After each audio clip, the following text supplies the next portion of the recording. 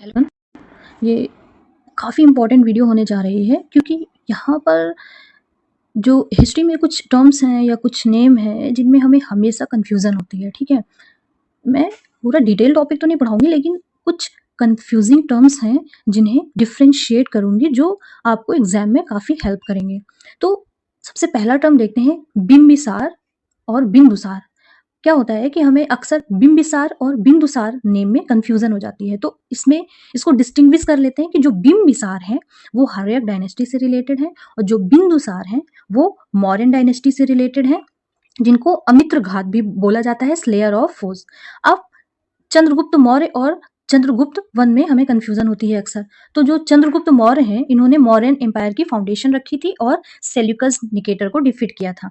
और चंद्रगुप्त वन ने गुप्ता एम्पायर की फाउंडेशन रखी थी और टाइटल लिया था महाराजा धीराज का। नागार्जुन और नागसेन में भी कन्फ्यूज़न क्रिएट होती है, तो इसे देख लेते हैं। तो जो नागार्जुन है, इन्होंने शून्यवाद को प्रोपाउंड किया था। शून्यवाद का मतलब होता है एम्प्टीनेस। नागसेन एक बुद्धिस्ट सेंट है, वो मिलिंद पन्हों से रिलेटेड है। मिनेंडर डायलॉग एक तरीके का डायलॉग है यहाँ पर। धर्मपाल और देवपाल में कन्फ्यूज़न होती है। धर्मपाल ने विक्रमशिला यूनिवर्सिटी की फाउंडेशन रखी थी और नालंदा को रिवाइव किया था। देवपाल ने पाला पावर को जो है एक्सटेंड किया था और नालंदा मोनास्ट्री के लिए लैंड ग्रांट दी थी।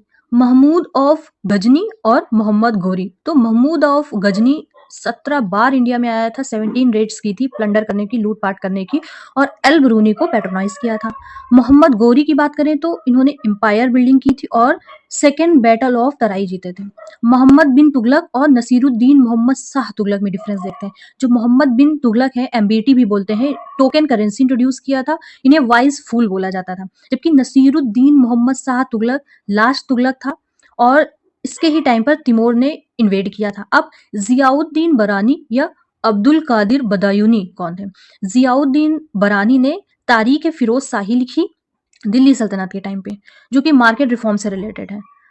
अब्दुल कादिर बदायूनी ने मुंतखब उत तवारीख लिखी, अकबर का क्रिटिक था।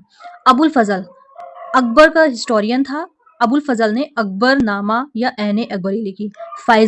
फैजी पोएट लॉरिएट और इन्होंने ट्रांसलेट किया लीलावती को पर्शियन में। अब डिफरेंस देखते हैं नसीरुद्दीन महमूद और नसीरुद्दीन महमूद तुगलक। जो नसीरुद्दीन महमूद था, स्लेव था, डारवेस किंग, बलबन जो था उसका नायब था या रीजेंट था।